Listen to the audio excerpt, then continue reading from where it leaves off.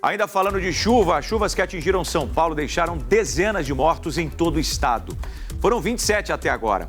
Com o solo encharcado, várias áreas são consideradas de alto risco de deslizamento. Um levantamento da Defesa Civil apontou mais de 600 pontos. 33 municípios foram atingidos e mais de 1.500 pessoas estão desabrigadas. Aliás, tem uma atualização desse caso. 36 municípios e quase 3.000 famílias desabrigadas ou desalojadas. O último número que eu recebi da Defesa Civil do Estado de São Paulo. Na tela. Transbordamentos de córregos, ruas alagadas, carros submersos, deslizamentos de encostas de morros.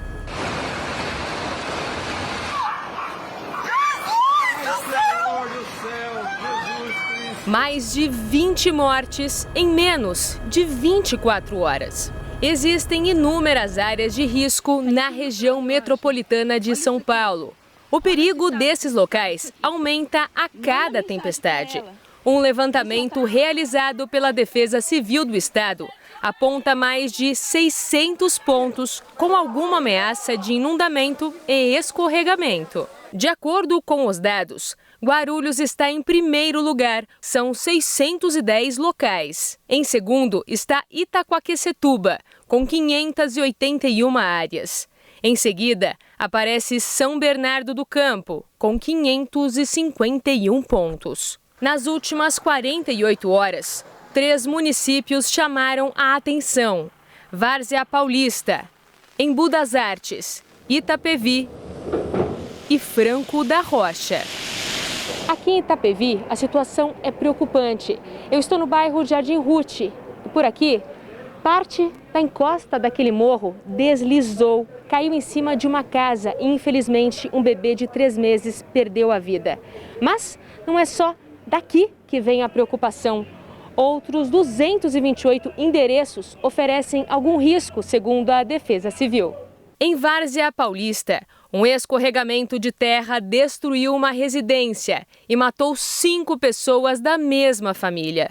2 adultos e 3 crianças, com idades de 12, 10 e 1 ano. Em Embu das Artes, uma tragédia parecida. 3 pessoas da mesma família perderam a vida por causa de deslizamento de encosta de morro. Uma mulher de 45 anos, um jovem de 21 e uma criança de 4 anos foram soterrados pela lama. Em Franco da Rocha, muitas pessoas ainda estão desaparecidas depois da mesma situação. Apesar do trabalho da Defesa Civil de cada município, Corpo de Bombeiros e Polícia Militar, essas áreas ainda não estão seguras. O governo do estado liberou recursos de aproximadamente 15 milhões de reais. 5 milhões foram destinados a Franco da Rocha. Para este especialista, além da verba para ajudar a população, é necessário o planejamento de medidas de emergência. Ela nos dá respostas, nós precisamos aplicar. A gente tem conhecimento, tem capacidade de fazer esses estudos, apontar quais são as áreas vulneráveis, planejar, não é? Sempre é muito interessante que a gente planeje, porque quando a gente planeja, nós vamos evitar todos esses problemas que nós estamos vendo. Para ele, em áreas de risco, principalmente em ocupações ilegais, os alertas podem salvar vidas. Esses alertas, eles precisam chegar nesses locais que, infelizmente, são ocupados sem critérios. As prefeituras, a Defesa Civil deveria ter um sistema de alertas que é fácil de implantar por meio de sirenes, etc., para evitar essa tragédia. Olha só, ontem a nossa equipe, como eu disse, acompanhou o enterro das vítimas. E o nosso repórter conversou com uma mulher que naquele momento estava enterrando 4 familiares. E ela disse a seguinte frase: por que a gente não olhou antes que aquilo poderia vir abaixo e matar todo mundo? Por que a gente não viu antes? Pois bem, o poder público viu e não fez nada. Em abril de 2020, mais de um ano e meio atrás, o Instituto Geológico de São Paulo analisou essa região que eu estou mostrando agora, onde 11 pessoas até o momento morreram e 7 permanecem desaparecidas. Se for confirmado, a gente vai ter um total de 18 vítimas fatais.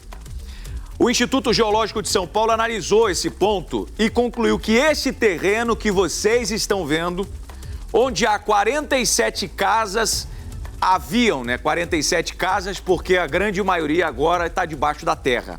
188 moradores, esse ponto tinha risco alto e perigo alto para deslizamento.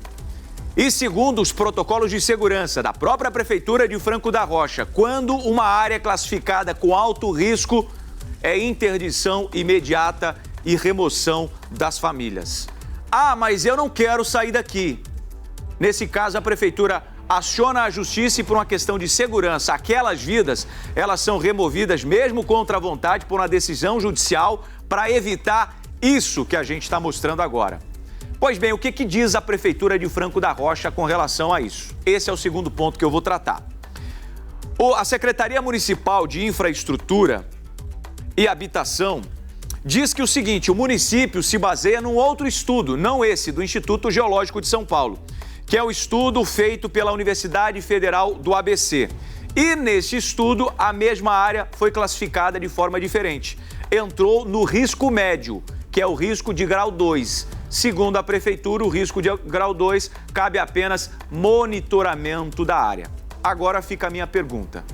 Horas, nós temos 2 estudos, um classifica como nível máximo de perigo, o nível 4, o outro classifica com nível 2. O nível máximo exige a retirada das famílias de maneira imediata. O nível 2 exige apenas o monitoramento dessa área. Agora a Prefeitura vai ter que entender e mudar os protocolos. Entender por que a Universidade do ABC classificou de uma maneira tão diferente. Assistindo às imagens agora, e talvez seja um pouco mais fácil dizer, a gente sabe quem é que estava certo. E era o Instituto de Pesquisa Geológica de São Paulo.